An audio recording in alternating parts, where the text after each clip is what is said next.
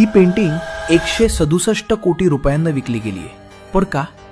तर ही काही सामान्य पेंटिंग नाहीये. हे राजा रवी वर्मा यांनी काढलेले चित्र आहे, ज्यांनी पहिल्यांदाच भारतीय देवदेवतांना मानवी रूपात चित्रित केले आणि त्यांना चेहऱ्यांसोबत एक नवी ओळख दिली.